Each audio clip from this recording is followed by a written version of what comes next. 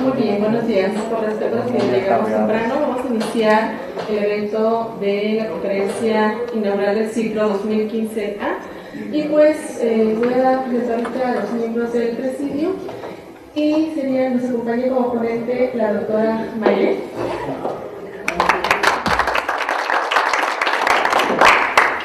La maestra Julia Yolanda, coordinadora de posgrados. El doctor Trino Ponce Godínez, director de la División de Contaduría. Y también quisiera agradecer la presencia del maestro Gabo, jefe del Departamento de Auditoría, a la doctora Marta, por su doble función aquí con nosotros como jefa del Departamento de Finanzas y como miembro de la Junta Académica del Doctorado, así como al coordinador de la Maestría en Finanzas. Muchas gracias. Bien, le voy a ceder el micrófono al doctor Trino, que va a dar las palabras de bienvenida. Buenos días y muchas gracias por la distinción, señora doctora María Plasencia de la Torre, las compañeras del presidio, doctora Maylen, bienvenida. Un honor que tenerla aquí como ponente, dando la apertura a este curso del doctorado en estudios fiscales. Creo que es un privilegio formar parte de un doctorado de este nivel, un doctorado que ha sido reconocido por CONACYT como posgrado de calidad, y gracias a eso los 20 alumnos de esta generación y los anteriores 12 alumnos de esta generación es que hay algunos que quisieran integrarse, ¿verdad? Bien, 12 alumnos de esta generación que se han visto beneficiados precisamente por esto, y es que en realidad no puede ser de otra manera. Un doctorado es una responsabilidad bastante fuerte, es formar parte de una comunidad de investigación, una comunidad en un área de conocimiento muy específica, que en este caso es precisamente los estudios fiscales. Después de los coloquios en los que hemos participado con ustedes, nos damos cuenta de cómo han avanzado estos 12 alumnos, y también nos da gusto saber que posiblemente al finalizar los 2 años de trabajo áulico, pues posiblemente muchos de ellos vayan con unos buenos ya diseños y muy definidas sus temas de tesis, para que simplemente en los siguientes 2 años después de esa fecha pues puedan obtener finalmente su grado. Es una responsabilidad muy fuerte, porque si alguno de ustedes también fallara, pues puede perjudicar al resto de sus compañeros, porque hay indicadores de parte del CONACYT que nos están obviamente vigilando bastante.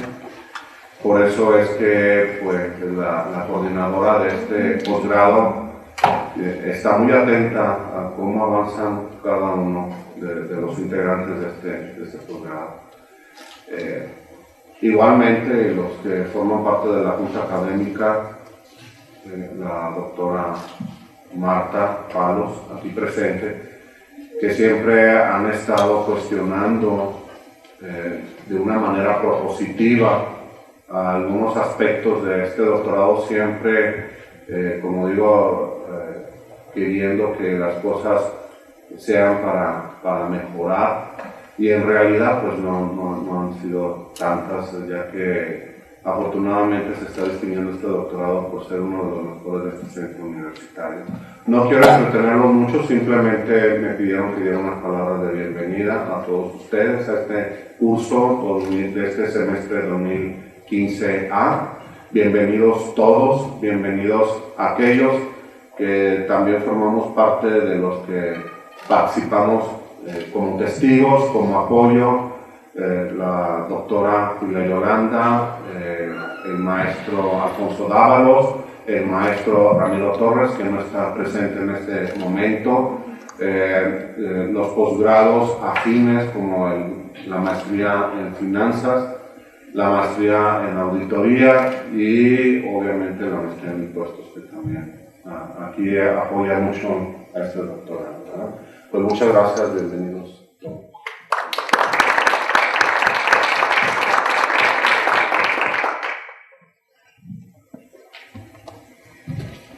Bien, a continuación voy a leer una semblanza de la doctora Mayren, que es nuestra ponente en esta ocasión. Ella es doctora en Política de Ciencia y Tecnología por la Universidad de Manchester, Reino Unido, miembro del Sistema Nacional de Investigadores Nivel 1. Fue directora de la Facultad de Economía de la Universidad de Colima y actualmente es profesora e investigadora de tiempo completo en la Facultad de Economía en la propia Universidad de Colima. Entre sus publicaciones destaca las competencias de educación superior y aprendizaje basado en competencias. Esto fue en el año 2012. Macroeconomía, estadística, textos técnicos universitarios en el 2011, además de publicaciones en revistas nacionales e internacionales. Su línea de investigación, economía de la innovación y del cambio tecnológico, económico, de los servicios y del conocimiento. Bien, sin más preámbulos, les daría la palabra a la doctora, pero previo a esto, les pediría a los miembros del presidium si vamos asiento. Gracias.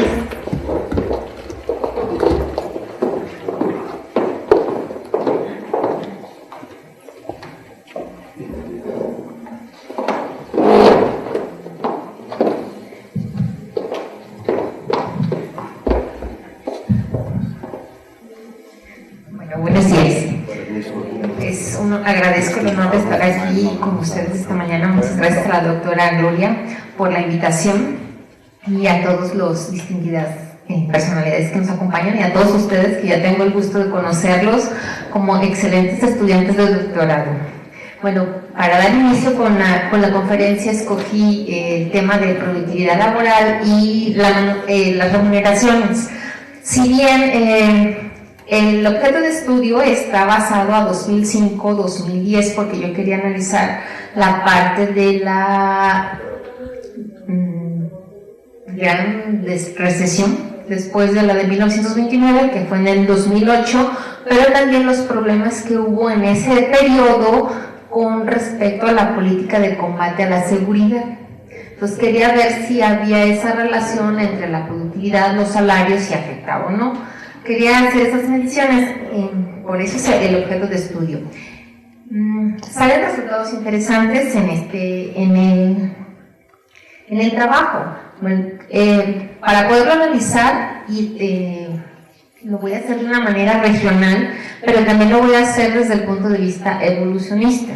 Sí, es decir, voy a dejar de lado lo que es la función Cobb-Douglas, que se utiliza en la corriente neoclásica, la corriente que viene de Estados Unidos, para hacer otra prueba con una corriente heterodoxa como la evolucionista para poder explicar estos cambios de productividad y remuneraciones. ¿Por qué? Porque a raíz del 2008 incluso fue un parteaguas para ver la pertinencia incluso de la propia teoría para dar solución a los problemas que se estaban viviendo actualmente.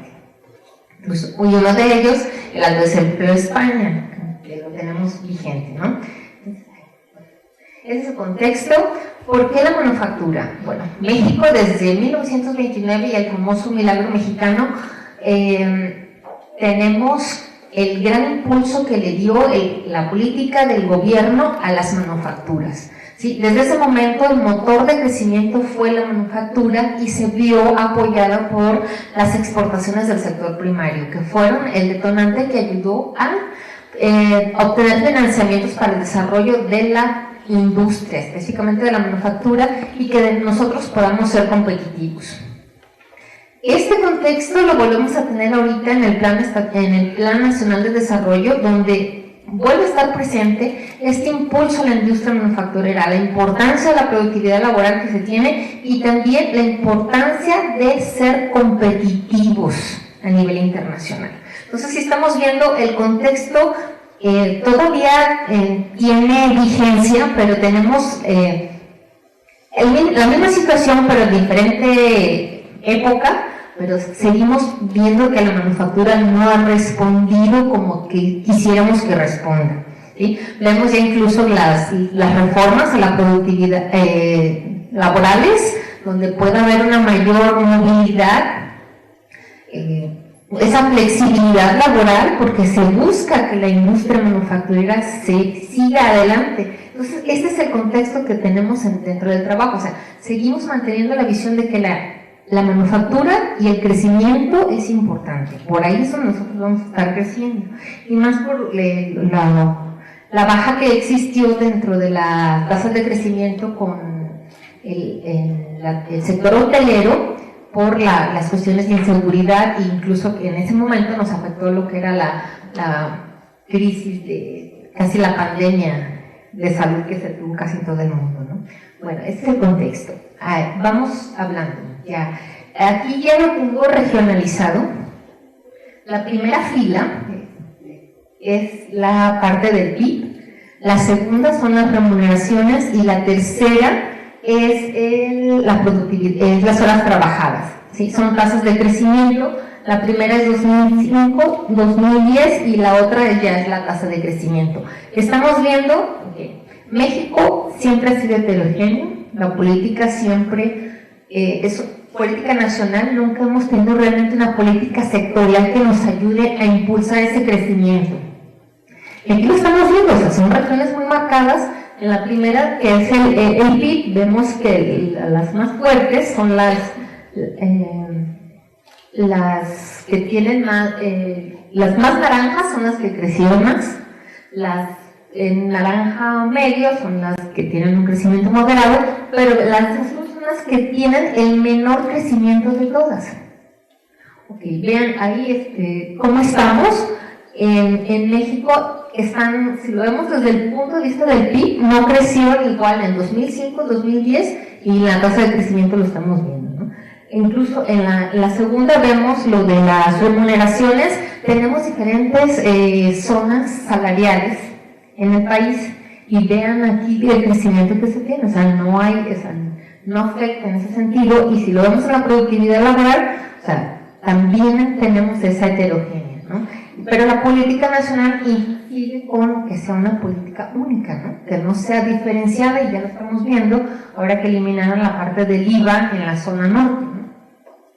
Ok, para hacer el estudio voy a utilizar la regionalización de Gerardo Esquivel. Él la propone en 1929 en 1999, perdón.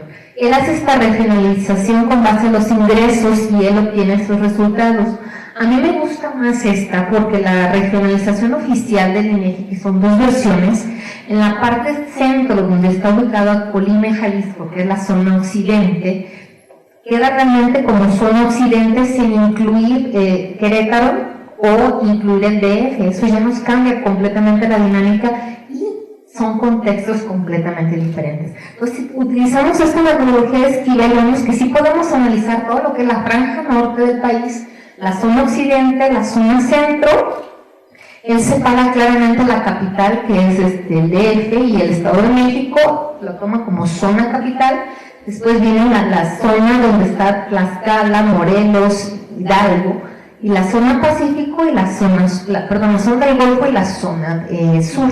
Entonces aquí sí realmente nos permite ver un comportamiento de cómo cómo ha ido creciendo las economías de cada uno de los estados y que nos permite tener un contexto a nivel regional. Okay, aquí vamos a entrar en lo interesante. El índice de concentración de Hirschman lo calculé en este caso para el PIB y para las horas trabajadas.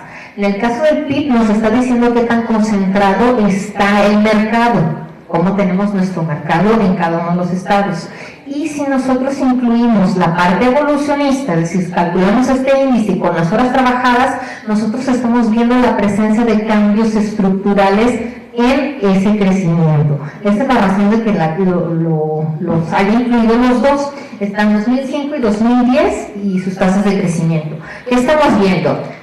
Si vemos los datos del PIB, que es la primera parte y la segunda son las horas trabajadas, tenemos que es un mercado competitivo en todas las regiones, ¿sí? Incluso a nivel nacional nos da un mercado competencia imperfecta. Pero también vemos que esa competencia imperfecta tiene diferentes grados y diferentes niveles en cada una de las zonas, ¿sí? No es igual Es decir, el mercado, la estructura del mercado no es la misma y también lo estamos viendo en la parte de las horas trabajadas, ¿sí? Entonces, estamos viendo cómo se están agrupando las concentraciones en ese sentido. Okay. En esta parte del sustento teórico, como ya les había comentado, es corriente heterodoxa. Salter es un británico, fue muy famoso en 1966, desconozco si todavía vive o no, pero él empieza a hacer precisamente estos análisis de la productividad laboral y los salarios. Empieza a ver si realmente hay esa relación en el crecimiento económico.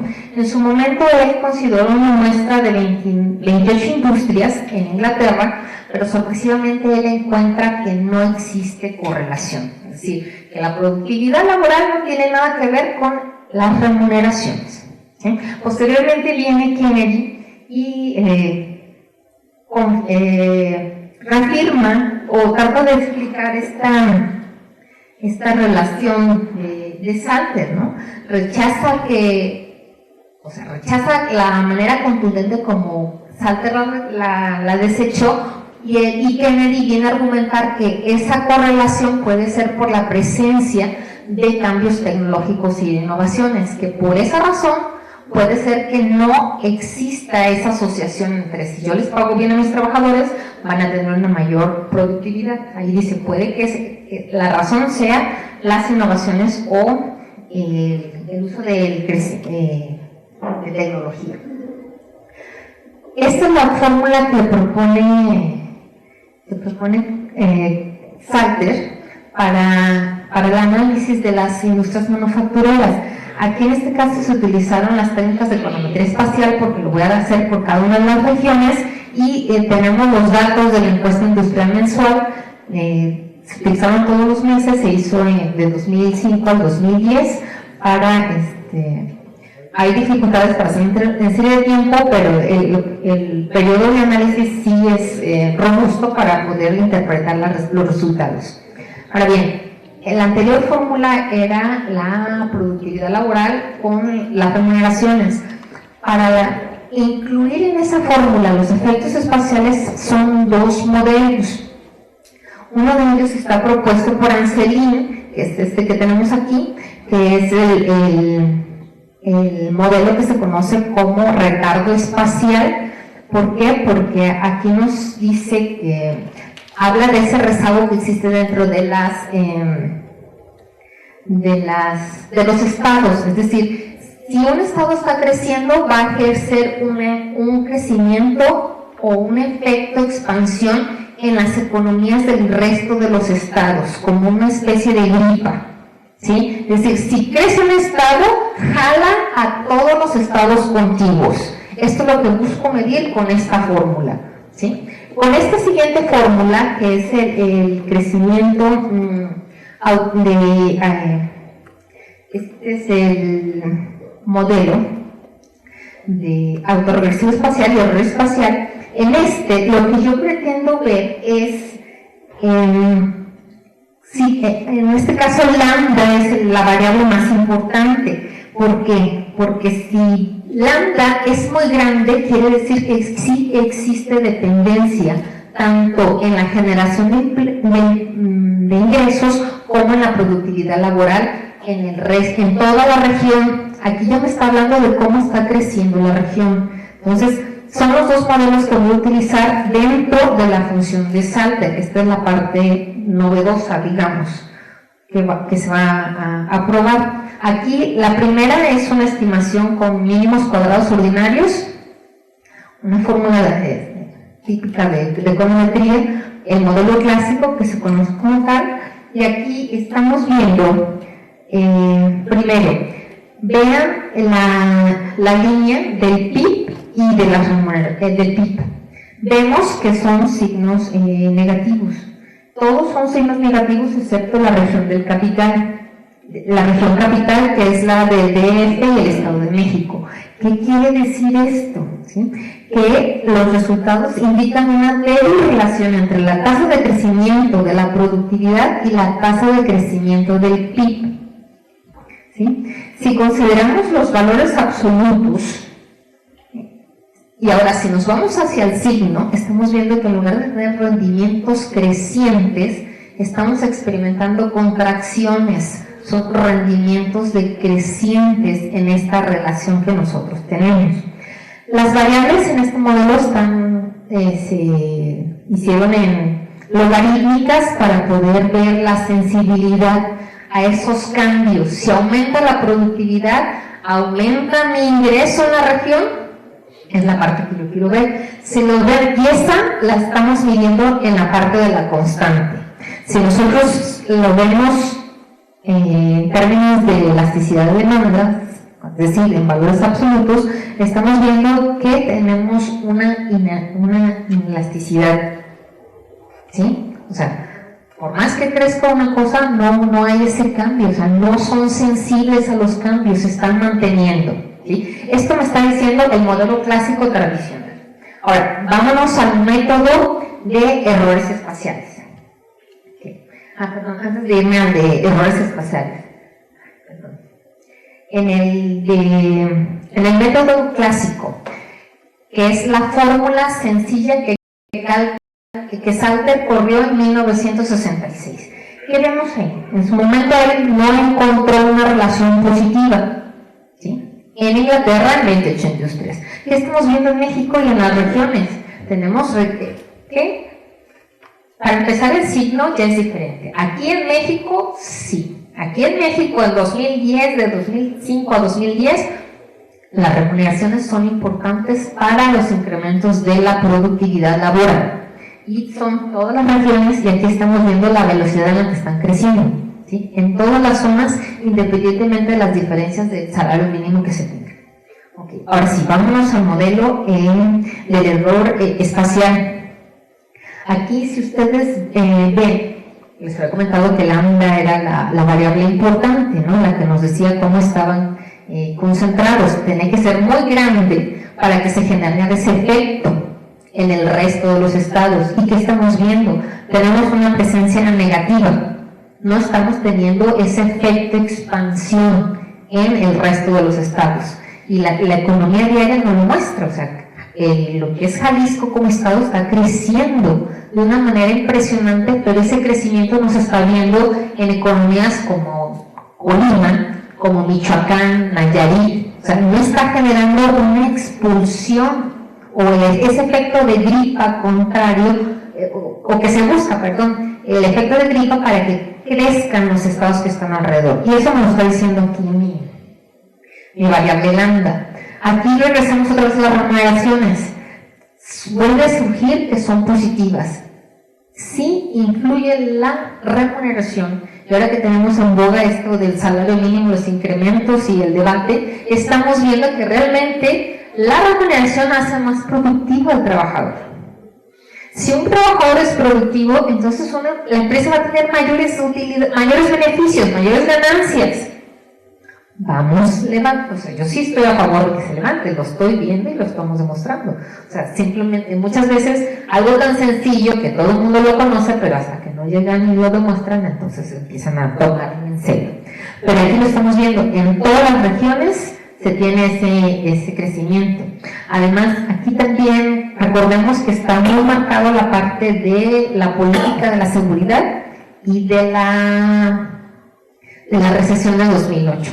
¿Sí? Esa parte hipotecaria, estamos viendo que realmente no tuvo efectos significativos en este sentido. Ahora si calculamos el autorregresivo espacial, estamos viendo que el crecimiento de un estado se ve afectado cuando existen variaciones en el crecimiento de los otros estados.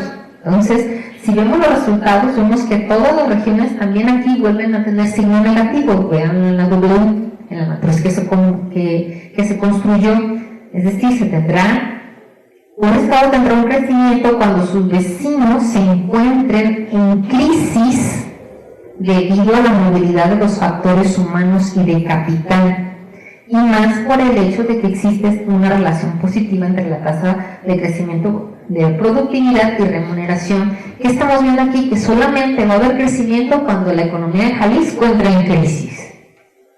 ¿Y esto va a pasar? No, lo estamos viendo como cada vez más está creciendo, están generando mayores ingresos. Entonces, ¿por qué insisten en dentro de los planes nacionales tener unas políticas uniformes cuando estamos viendo que todas las regiones crecen de manera diferente? Aquí lo estamos viendo, ¿sí? Si bien tienen un patrón común de que no está habiendo esa, digamos, de ser amigos, los crecemos los dos juntos, es decir, ganar, ¿por qué insistimos en un tipo de política así? ¿Sí? Estamos viendo que las regiones no se comportan iguales y también estamos viendo que sí es importante las remuneraciones si queremos realmente elevar la productividad, elevar el crecimiento y ser competitivos a nivel internacional. Puede haber muchas políticas laborales, muchas políticas, ahorita la reforma fiscal que hay, ¿sí? Pero si no tenemos en cuenta esta parte de las remuneraciones, aquí está. O sea, son hechos estadísticos de cómo sí influyen las remuneraciones. En ese sentido. Entonces, ¿qué podemos concluir? ¿Sí? Tenemos ese comportamiento heterogéneo. Entonces, a su vez, el éxito o fracaso de la empresa va a depender de la relación de la tasa de crecimiento de la productividad laboral y la tasa de crecimiento de las remuneraciones. Al considerar los efectos espaciales, se observa que el crecimiento económico de los estados no genera un efecto expansión en el resto de los estados vecinos. Esto se observa con los resultados del modelo autorregresivo y en realidad existen disparidades regionales en México, siendo la región sur la que experimenta menos crecimientos. Y ahí estamos viendo incluso ya hasta los problemas sociales, de orden social, de cómo se empezó a hacer esa conformación regional desde que México se creó como país. ¿Sí? También se pueden experimentar incrementos en el crecimiento debido a la libre movilidad de factores productivos, tanto humanos como de capital. Y esto se viene a intensificar ahora con la reforma laboral. Entonces, este es un factor importante al momento de pensar en políticas para detonar clústeres económicos de la región. Pues muchísimas gracias por su atención.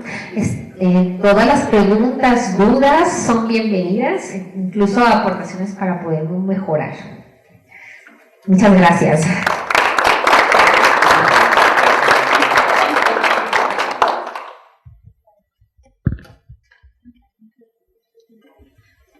¿Alguien quisiera hacer alguna pregunta para hacerles llegar el micrófono? A los dos. Lo conoce bien. Aquí apuntar algo. Sí, ya. Lo que quieren participar, mejor los dos. Bueno, los tres, ¿verdad?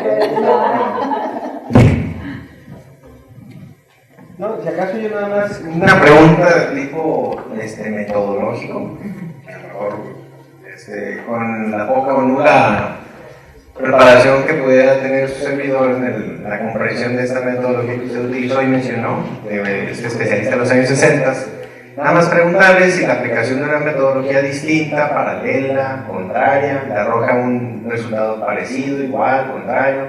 Es decir, usted aplicó una metodología particular, ha comparado los resultados con otra metodología y cómo le fue.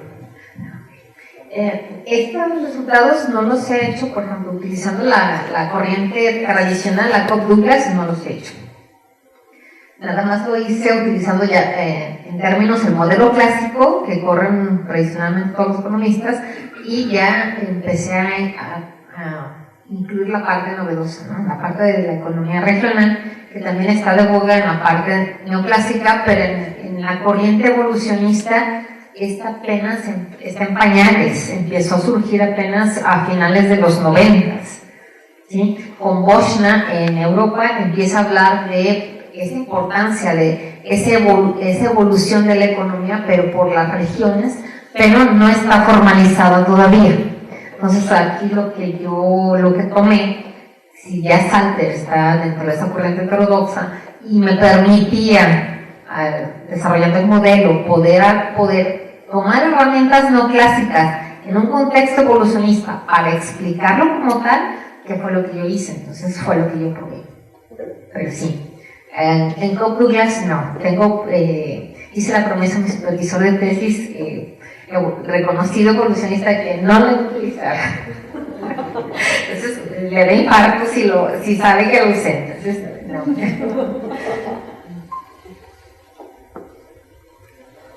¿Viene alguien más? Gracias. Yo tengo una duda en cuanto a la separación, a los sectores que se utilizaron. Yo recuerdo muy bien en el sexenio de Vicente Fox que traía un programa de crecimiento de norte a sur, porque decía que los estados del norte crecen más y con mejores perspectivas que los estados del sur. Entonces, echó a andar el proyecto ese, pero luego los estados dijeron: es que mi estado, el norte de mi estado, crece más que el sur de mi estado. Entonces ahí se dio una cuestión súper heterodoxa de que los crecimientos no son tan sectoriales. Entonces, al momento de agarrar solamente el norte o solamente el sur, ¿no te da una diferencia en esos valores?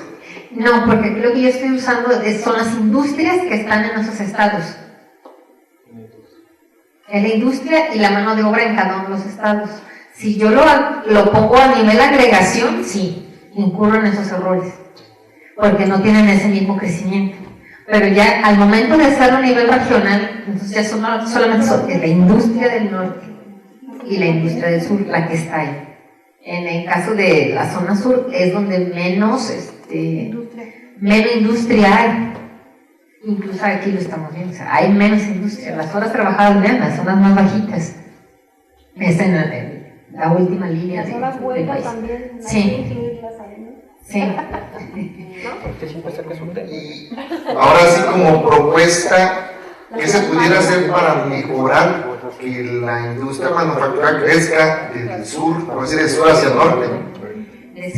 Bueno, creo que ya ahorita con lo de Ayotzinapa salió un decálogo de la presidencia de la República de hacer ese corredor para detonar precisamente el crecimiento en la zona sur. Todavía no han dicho cómo. Pero, o sea, la parte de seguridad sí influye demasiado para que pueda haber inversión en el sur.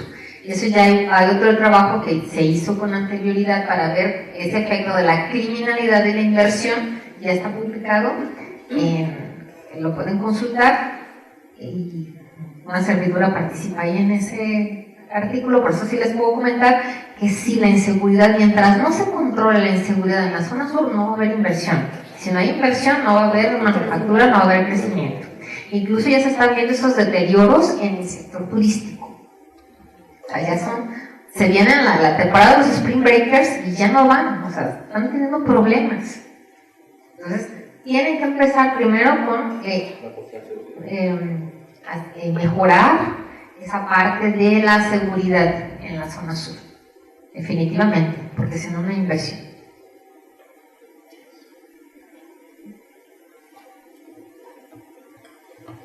Muy bien, entonces, ¿tiene alguna otra duda? ¿Todos estamos bien? Sí. Perfecto.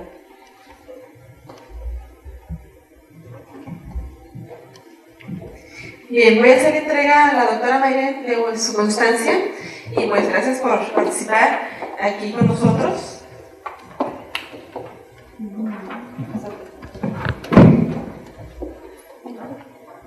La constancia de la letra dice: el Centro Universitario de Ciencias Económico-Administrativas, a través del Doctorado en Estudios Fiscales, otorga la constancia a la doctora Mayren Polanco Gaitán por su participación como conferencista en este ciclo de bienvenida del 2015A del doctorado. Gracias.